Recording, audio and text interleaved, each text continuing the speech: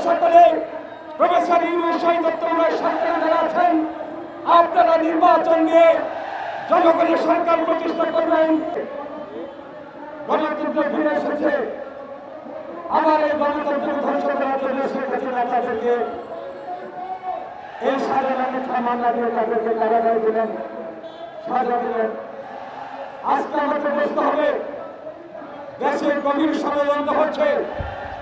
তত্ত্বাবধায়ক সরকারকে বুঝতে হবে দেশের গভীর ষড়যন্ত্র চলছে। বাংলাদেশের গণতন্ত্র যেন না থাকে, বাংলাদেশের আইনের শাসন প্রতিষ্ঠা না হয়, এই দেশি বিদেশি ষড়যন্ত্রকারীদের হাত থেকে বাংলাদেশ থেকে বাঁচাতে হলে দ্রুত নির্বাচন নিন। এই নির্বাচনের জন্য কিন্তু 15 বছর লড়েছে। এই নির্বাচনের তত্ত্বাবধায়ক সরকারের অধীনে নির্বাচনের জন্য কিন্তু রকম করা লেগেছে। এই তত্ত্বাবধায়ক সরকারের অধীনে নির্বাচনের ডাক দিয়ে কিন্তু ইলিয়াস সহ 3000 নেতা কর্মীর মৃত্যু হয়েছে, সাধারণ করেছে, হত্যা করেছে, গুম করেছেন।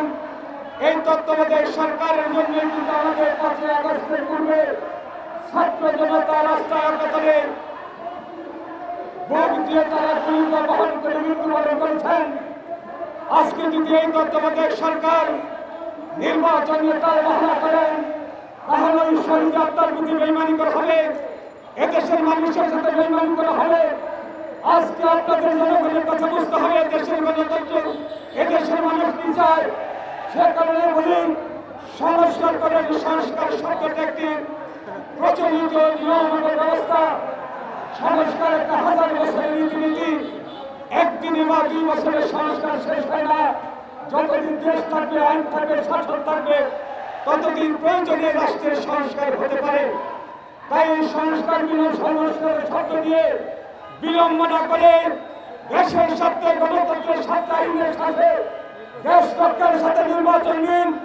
জনগণের ক্ষমতা জনগণকে ফিরিয়ে দিন। জনগণ প্রত্যাশা করে প্রফেসর ইউনূস শহীদ তত্ত্বাবধায়ক সরকার যারা আছেন, আপনারা নির্বাচন নিয়ে জনগণের সরকার প্রতিষ্ঠা করবেন, আইনের শাসন করবেন। দেশের নিরাপত্তাকে আমাদের হাতে, ওই সরকার দেশের নিরাপত্তার জন্য মাঠে থাকবে। আপনারা বুঝতে পারেন অনেক রকমের ষড়যন্ত্র চলছে। এই ষড়যন্ত্রের মধ্য দিয়ে আর কারণ বিলম্বনা করে দ্রুত নির্বাচন নেওয়ার ব্যবস্থা করে আমি আর বক্তব্য দীর্ঘায়িত করতে চাই না। আপনাদের সবাইকে ধন্যবাদ।